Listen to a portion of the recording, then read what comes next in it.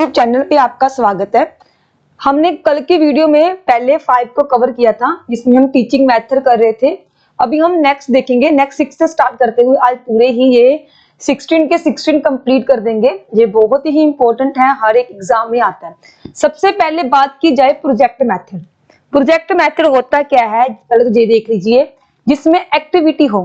Project method क्या होता है? जिसमें एक्टिविटी हो, कोई बच्चा एक्सप्लोर कर रहा, कुछ नया खोज रहा हो, डिस्कवरी कर रहा हो, उसके लिए प्रोजेक्ट मेथड यूज होता है।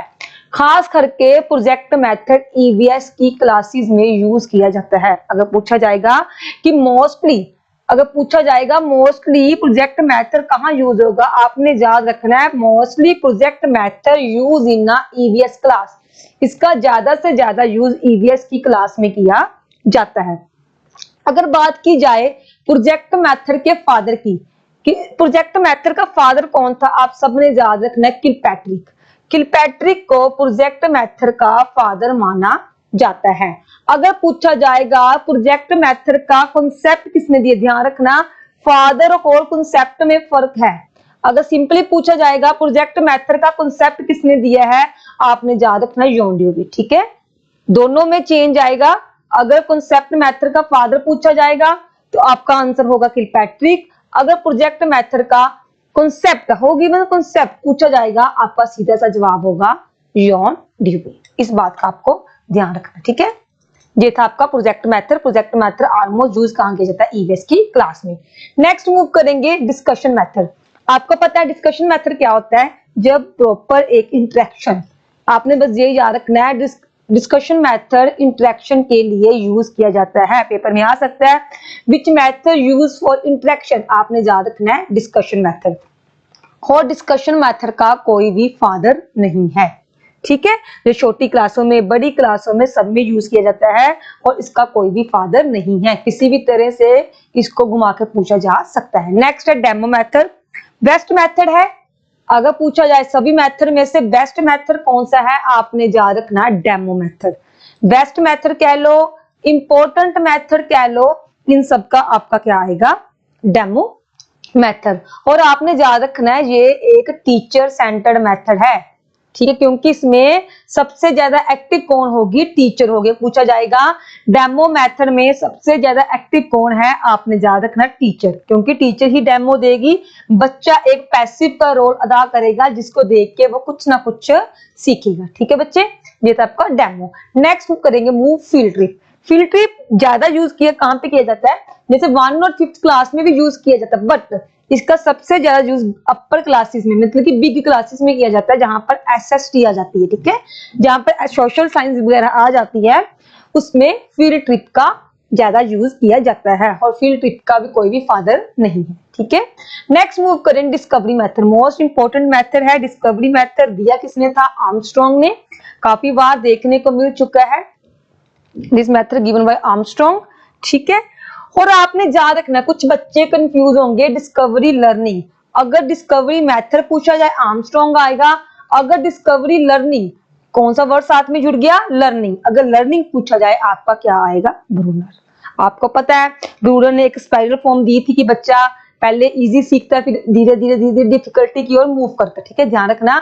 अगर डिस्कवरी पूछा जाए आपका क्या मतलब होगा, आर्मस्ट्रांग आएगा। अगर लर्निंग आ गया तो कब, ब्रूनर आएगा। ठीक है, डिस्कवरी मेथड का मतलब होता क्या है, किसी चीज को सर्च करना, किसी चीज को खोजना। वो किसके अंदर आएगा, आपका डिस्कवरी मेथड के अंदर आएगा। नेक्स्ट मूव करेंगे प्लेवे मेथड। सबसे पहले मैं आपको बता दूं, हमारा जो एनसीएफ था वो बात करता था प्लेवे मेथड की। ठीक है, बट हमारी जो एनपीईआई है 2020 वाली, वो किसकी बात करती है, वो करती है लर्निंग बाय प्ले की। ये बात आपने ध्यान रखना है, क्योंकि रटा रटाया आंसर नहीं देना कि हाँ पूछा क्या है, लर्निंग बाय मेथड देखा, अच्छा है लगा दो, ऐसे नहीं करना। जा रखना है एनसीएफ किसकी बात करती है, प्लेवे मेथड की। एंड एनपीई 2020 किसकी बात करती है, लर्निंग बाय प्ले की। ठीक है, जो प्लेवे मेथड है वो किसके लिए होता है, आपको पता है बच्चों के लिए होता है।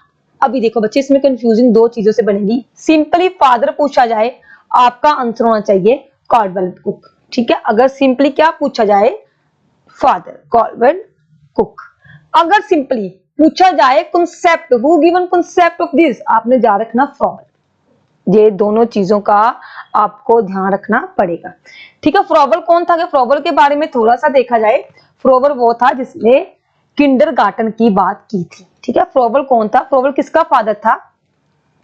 Father of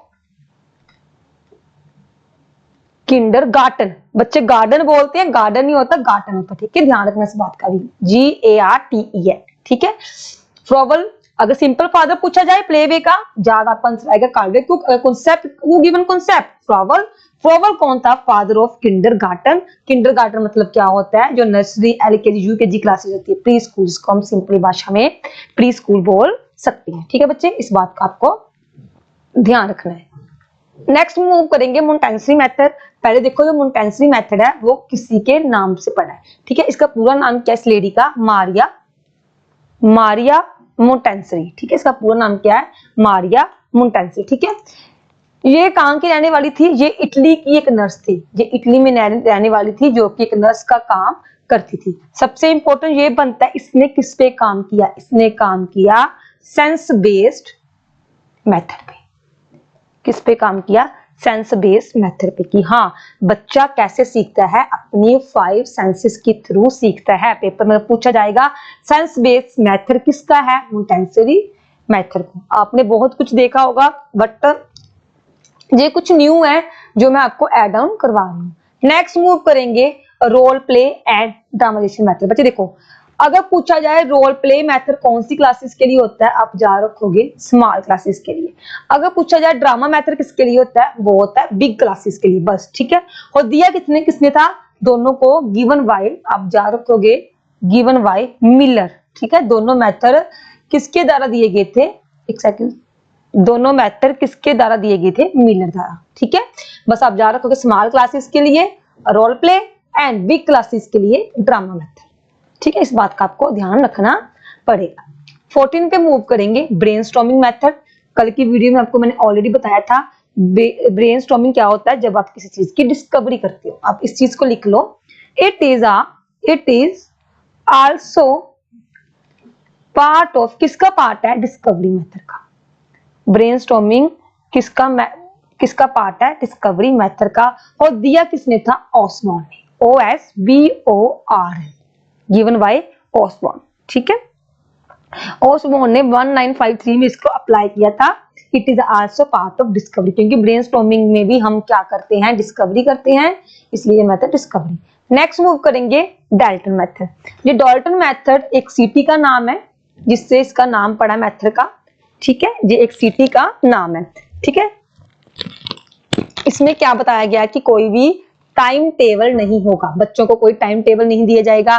time table flexible होगा, बच्चे अपने अकॉर्डिंग पढ़ेंगे। क्लासरूम मैनेजमेंट की बात की गई थी। ठीक है, अपने इस चीज को याद रखना है।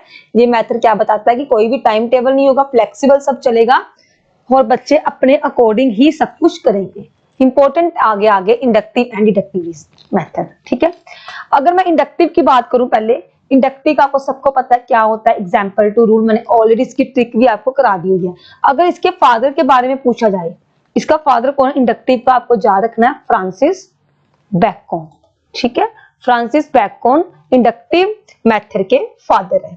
आपको सबको पता, नॉन टू अननोन जाना ये किसके अंदर आता है। ठीक है, मैंने पिछली वीडियो में इसकी ट्रिक के जरिए इंडक्टिव और डिडक्टिव को मैंने करवाया था, आप याद रखना।